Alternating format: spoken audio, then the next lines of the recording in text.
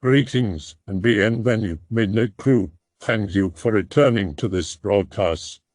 And welcome to new viewers joining us for the first time. If you like a video, then feel free to subscribe. Sailing around Lake Champlain, stopping at bays and islands, trying to see as much of the lake as possible in the 8 days I've set aside. Head up to Woods Island, a small island near Night Island, after sleeping at anchor off Colchester. Fighting headwinds all the way up to the Gut, a sort of in-between section of the lake between the broad lake and the islands. As soon as I get through the Gut, the wind all but dies. I coast the last few miles to Woods Island on less than a knot of wind. Arrive as the sun is setting. I've reserved a site on the very southern edge of the island, on a small cliff overlooking a tiny bay where I beach my boat. Night falls, cooking dinner. Suddenly a man walks out of the woods into the firelight. It's a park ranger. Woods Island is indeed a state park, but there hasn't been a ranger station there for decades. Something is off. He's polite enough, but his uniform is wrong. It's outdated. After doing a bit of research, I'd peg it at mid-1970s. This was in 2012. Kept asking questions about all the places I'd been. Seemed genuinely curious and interested. At one point he says, "Boy, must get lonely out there on a boat all day." I reply by saying it must be even lonelier living on an island more or less by yourself. He shakes his head and says, "Oh no, I'm never lonely here." Tips his hat, tells me to enjoy my stay, and walks off into the night. The next day I scour the island looking for a ranger station but find none. The island is a mile long by a quarter-mile wide, so it took about an hour or so of leisurely exploration to cover it. No other boats, docks, not so much as a footpath into the woods. All the campsites are right on the shore like mine. No other campers, no trace of the ranger. Pack my shit and leave in a hurry. Never been back since. The few other times I've sailed past Woods Island, I've noticed something odd. The wind always dies whenever I get within a mile or so of the island. Throughout my life, I nearly drowned 3 times. First time I was in one of those wave machine things. I was only like 6 and it fucked me up. Was resuscitated by a lifeguard. The next time, 11-year-old me was in the sea, caught by a weird current or something, and brought a bit too far out and underwater was brought back in by a stranger. All was well. Third time I was by a river when I was 16, slipped on a rock, fell in and broke arm on said rock, and was dragged out by mates a bit further down. It wasn't that bad, as I knew they could get me, but if they didn't, I would have been fucked. Cut to last year, I have massive fear of water. Water on face in shower makes me panic. Looking at lakes gives me shivers, etc., etc. But I was on a course for outdoor activities, thought it just meant climbing, nature walks, camping and shit, but we were brought out to a lake and told we were canoeing. I was like, ha, fuck you. But my instructors said I would get docked hours and people calling me scared, etc. So I went out feeling weird as soon as I touched the water with the canoe or kayak or whatever the fuck it was. So because of my fear, I was lagging behind everybody kinda badly, but not enough for danger. We were going to a little island in the middle of the lake. Everyone was leaving by the time I got there. So I just got there and turned around straight away without taking a rest. But when I started to paddle away from the island, even though I was using all my strength to catch up, I was drifting to the side, starting to freak out, wave at the rescue boat for a tow back to the shore. Motherfucker ignores me. Even though I knew he's seen me, probably thought I was wussing out. I was. Then as drifting, I lean over to look into the water, despite my brain roaring at me not to, and seen my own corpse drift by just at the edge of where the murk let me see. I fucking freak out and yell at rescue guy, broom broom, he's on his way, see my corpse again just below boat, close eyes all the way to shore. Now, water equals nope. All right. This is a story my good friend told me, who is half Native American, half German. For a short while in her childhood, she lived with her father in Germany in a small town. She originally lived in Canada with her mom, so the time difference really fucked with her internal clock, so she'd stay up at night and sleep during the day. The setup of the place is like this. It's a beautiful old wooden house, as she described, with a lot of large windows. The house is a few kilometers from the actual town, so the house is surrounded by trees and whatnot. She'd usually spend the night reading and listening to music with her dog in the living room while everyone slept. Be 11-year-old friend, one of said nights, just chilling out. Dog starts barking and shit at a big glass patio door that's covered by a curtain. Freaks her out a bit. Puts the dog in another room for being loud and goes back to the living room. Bundles in blankets for safety. Sounds legit.jpg. Little while later starts to hear weird noises from the front door like clicking and shuffling. Paranoid, she hides and grabs the nearest weapon. A dinky little book lols. The front door opens very slowly and quietly. Now, from the area she is sitting in, she can't exactly see all of the front door from the living room, but she can partially see the edge of it. Someone steps in and just stands there for a good 5 minutes with the door wide open. The description she gave of the sound that this thing or person made was creepy in itself. It was the sound of something trying not to make a sound. Initial shock ceases, awkward instincts kick in. Hello? All she hears is this thing make a sound like it's trying to catch its breath, and then it instantly bolts out the front door to who the hell knows where. Town is pretty far to walk to in winter. Goes to cautiously close the door.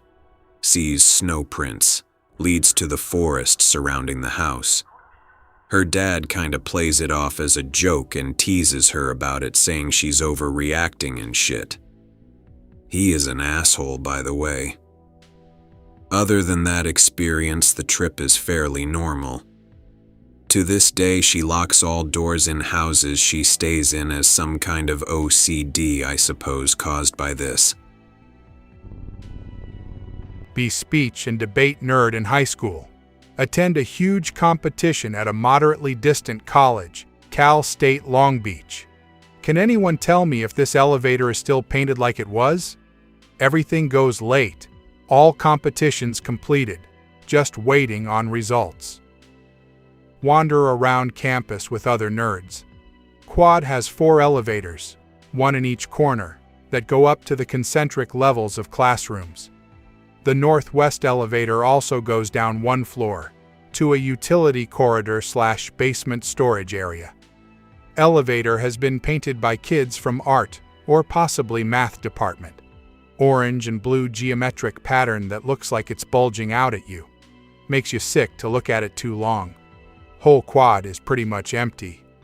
Take the elevator down to the basement. The elevator lets us out, then immediately closes and goes back up. Someone must have still been on a floor above. OK.jpg. Turn the corner. Go down the hallway with nerds.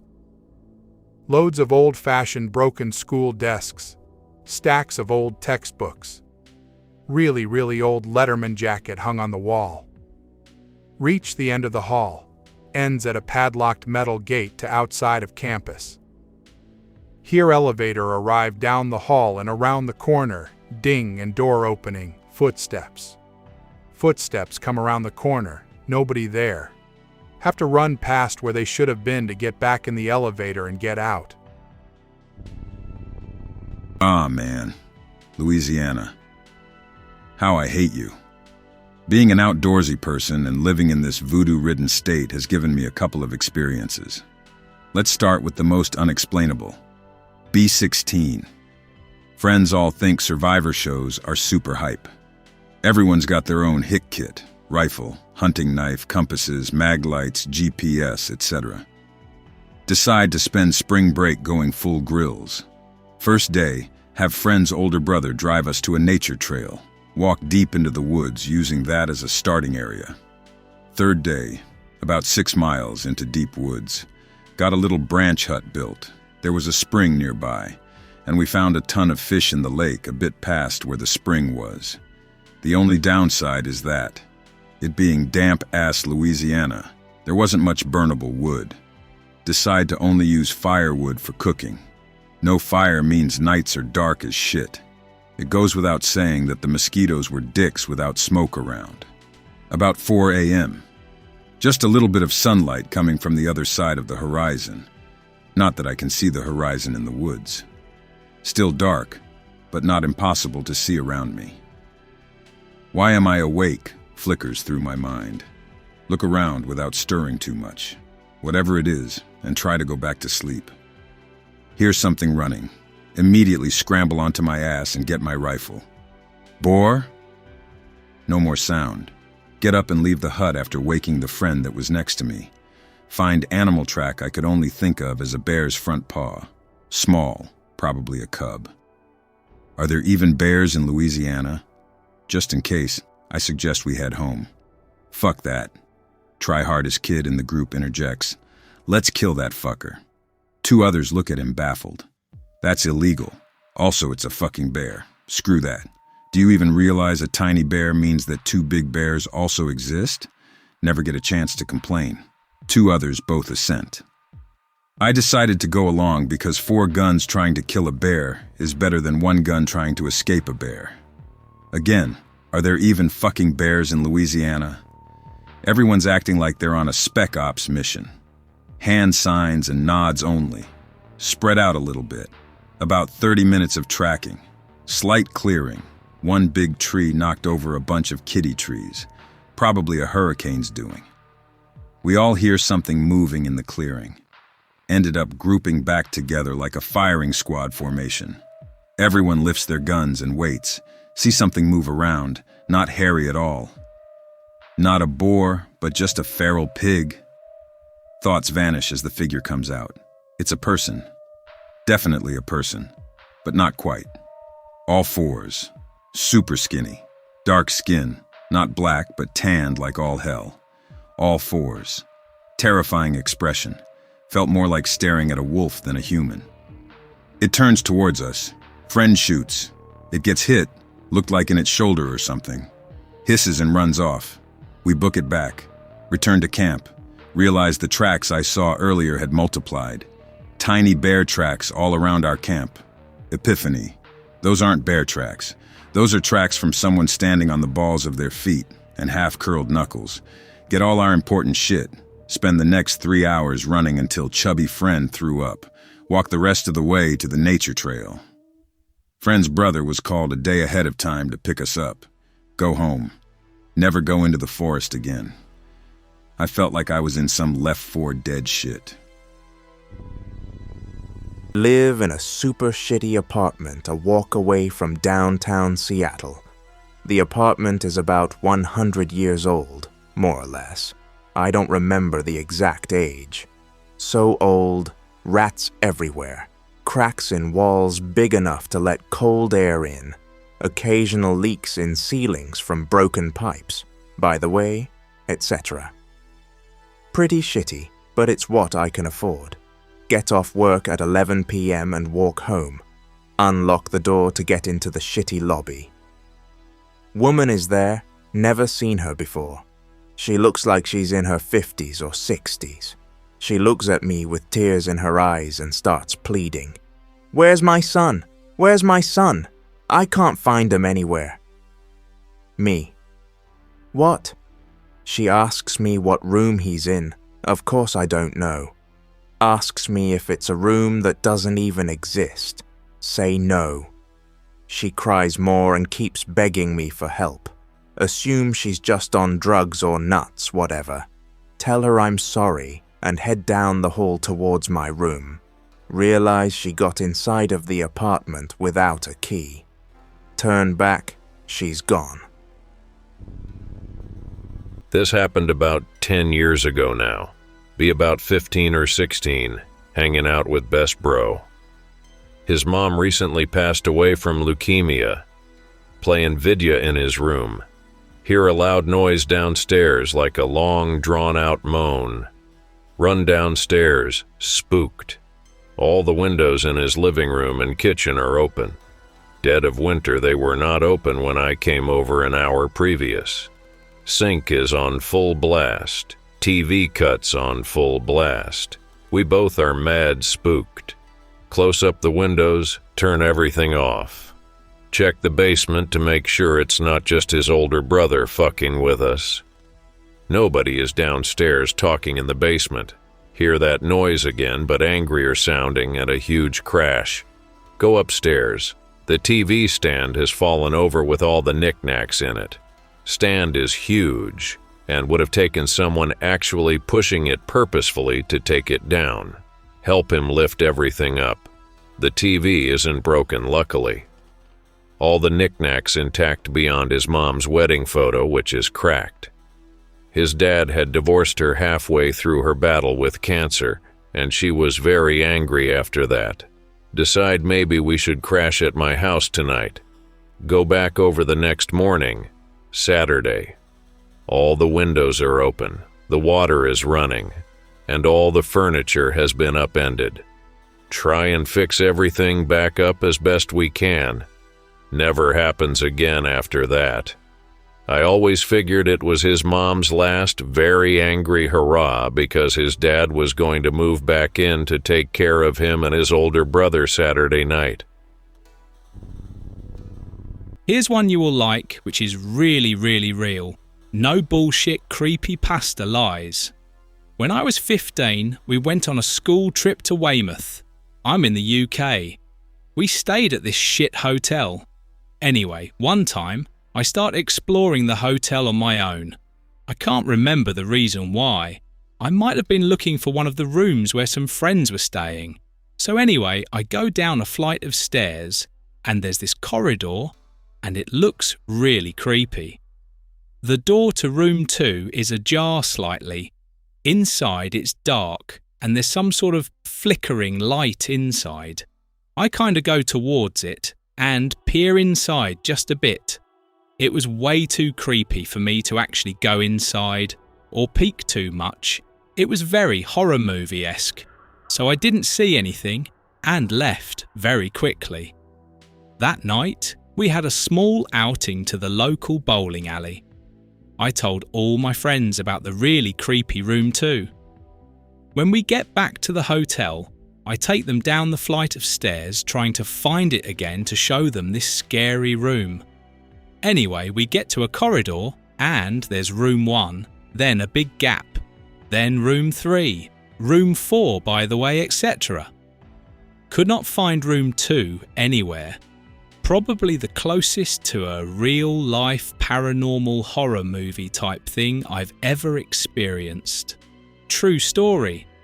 Just to add, the doors were evenly spaced, and where the room 2 door would go was just a wall, like it had been bricked up or something. Work at an old charity hospital. Work the night shift in the ER. Sits at a desk by triage. No nurses or housekeepers around. Hear footsteps. Whatever, almost passing out so tired. Hear creaking in the triage chair as someone sits down and exhales. I get curious and bored. I want to go see who it is and offer to walk with them to get coffee. No one there, chair empty. Nope, nope, nope. Hide behind the curtain at the desk because 70% of the nursing staff is dozing off or getting close. Listen to music on phone for 15 minutes. Blow off strange incident. Fall asleep at my desk. Start to dream. I am walking from my desk down the hall to the door leading to radiology. A little kid lets me in because the magnetic door isn't working. Lots of kids shrieking and playing with balloons in the hallway. Everything is hazy, like the halls are full of smoke or fog. WTF. Kids aren't allowed back here. Decide to find the house supervisor to tell him about the kids playing in the halls. Walk further down an abandoned wing of the hospital. See a frail, slumped figure shivering. Think it's a patient that has collapsed and run over. The figure looks up and I see the sickly, familiar face of my aunt. She has cocaine, blood, and snot running out of her nose, and flies are sticking to her face. Shriek like a fucking banshee. Wake up to find Dr. Friend leaning into the curtain with a quirked eyebrow. Are you okay, Anon? You've been weird all night. Yeah, I'm coming to sit with you guys the rest of the night. B-21. Be driving my route in squad car. Be cop in rural Arizona at the time. See a large amount of people in a field off of a remote road. Small town, so I pull in to see who it is and see what's up. As I pull closer, I realize that no one has a flashlight or any light source at all. It's dark as hell out. Also notice there are no cars or horses. I stop in front of the group, and they don't even acknowledge me. Get out and ask if everything is okay. Still don't acknowledge me. Just still sitting in a circle rocking. Walk forward and touch one of them on the shoulder. They all freak and quick to their feet and start howling. I step back and put my hand on my pistol. Light goes out on my squad car. I pull my light out, and as soon as I turn it on, everyone was gone. I left, and when they did a safety call on me, I told them it ended up being nothing. Be a little kid, maybe 5 or 6. Live in a town where, depending on which side you live on, is either stereotypical suburbia or stereotypical suburbia. In the woods. Live in the woods part. Go see my neighborhood friend. We go into the woods to play. All is normal. Play her game. I sat down, close my eyes. She tells me a scary story. She then proceeds to leave. Now I know this is fucked up in retrospect, and even though I didn't like it at the time, it's what we did. Stand up and look around like usual. Scared like usual. Wandering back home like usual. Suddenly I see a guy. My face when there's usually no one back here. He starts moving towards me. Crying little kid.jpg. Run away and finally get back home. Vividly remember seeing the guy on the TV the next night or so. Forget after a few years and move away. Actually become friends with the person who inhabited the house after me. She says there was a period of time where her mom wouldn't let her in the backyard because there was a supposed Chris Chan back there. Police get him. As I get older and think about this, I have the suspicion he was the one in the woods. Perpetually nopes in the woods now. Even if I wasn't in any danger, I'm still freaked out about it. I got a couple of stories, nothing much, but here is the first. Be like 11 years old, don't remember exactly. Playing with older cousin, she is 2 years older. We are in the garage that is under my house. In my house, there are my parents and my grandmother. Everyone is sleeping. We were playing when suddenly I heard a loud, shh. I assume my cousin did it and say nothing. She also says nothing about it. After a while, the sound comes again, louder and longer. I ask her if she heard it and if she did it the first time. She says she also heard the sound both times and thought I did it. We freak out a bit and decide to return upstairs to tell my parents about the noise. Then we both hear a louder noise that seemed to be closer, always like a shh. We ran out of the garage and return upstairs.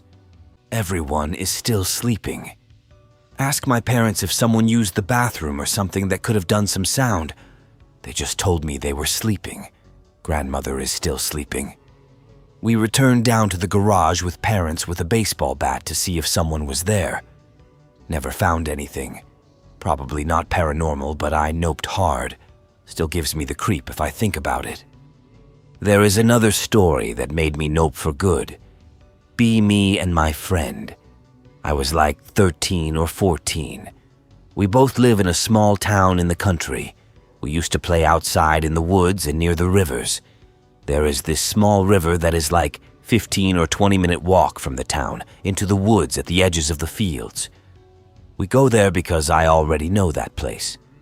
There is this small, empty, abandoned building on the river. It probably was some sort of old construction to regulate the flow of water. We stay there a bit and decided to return another day to bathe in the small river in front of the building.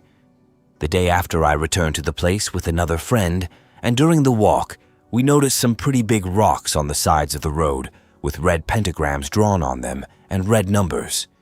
There are more than one during the walk. Never noticed them. Noped a bit.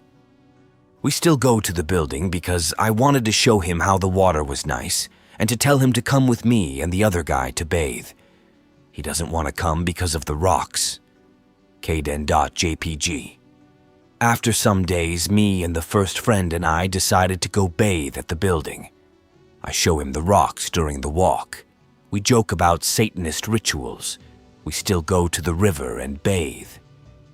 After a while, I go out of the water and notice a piece of wood, like a wooden board outside the building. When we arrived, I haven't seen it. Look closer. See some fresh blood on it. Tell my friend. Nope, nope, nope. We both returned home fast. Never bathed there again. In sister's car, after picking her kids up from camp. Driving down fucking beautiful winding road that leads back to town. Hills on one side and forested valley on the other. This road's always absolutely secluded. Drivers enjoy the solitude, so everyone tries to keep a lengthy gap between their cars. We do the same thing, just cruising, taking our time. As we turn a corner, we see a guy lying on the road to the side. There's a bike laying nearby. Looks like he fell off. Sister slows down to see if he's okay. Doesn't stop because her kids are in the car. As she slows down, the guy with the bike sits up and stares at us, holding his leg like he's hurt. Big fucking grin on his face. Nope. She speeds up and we nope the fuck out of there. Just before we turn a corner, I look out the back window to see another car come around the corner. The guy lays down again. There were no deaths or missing persons in the newspaper, so I assume he was just some autist trying to be funny, or people in my town are just smarter than I'd give them credit for. Halloween. Friend and I chilling in the woods. Fire going drinking, smoking, having a grand old time. 2 more of our friends are supposed to meet up with us. They are at a party on the other side of the city. I hear people walking down the path. Friend doesn't because he's pretty deaf. I hear what sounds like our 2 friends talking. Say to friend, I think that's B and N. Now they sounded pretty close and we would be able to see them on the path. They start yelling, "What's up, boys? Woo, fuck yeah," and stuff. Still see nothing, then there's this screech. Now B does this screech noise sometimes, but this was something else. Sounded guttural, like an animal. B sounds autistic when he does it and not like this. Footsteps on the path take off into the woods. Now there's nothing. Friend texts B, and him and N are still at the party. Well, this is a little spooky now. I start hearing twigs and footsteps in the woods all around us. Coyotes are howling off in the distance. Start chatting with friend while hearing shit in the woods. Say, dude, whatever it is, it's getting closer. Friend is deaf, so he doesn't hear shit. Twig snaps 20 feet from where we are. Friend hears it this time. Shine light over, and there's nothing. Just sit there in silence for a minute. Twig snaps like 10 feet behind me. Now my spooks are officially spooked. Friend and I stand up, shine light, and fucking nothing again. Calls B and ask him where they are. Just leaving the party and they don't show till half an hour later. Nothing more spooky happens for the rest of the night. Friend who was there the whole time finds out from his sister that her best friend took her life by jumping off the bridge that was down that path. I hope that you enjoyed tonight's broadcast. If you enjoyed tonight's story, then please subscribe to the channel as more Greentext will appear daily. A new broadcast will appear when the clock strikes midnight Central Time.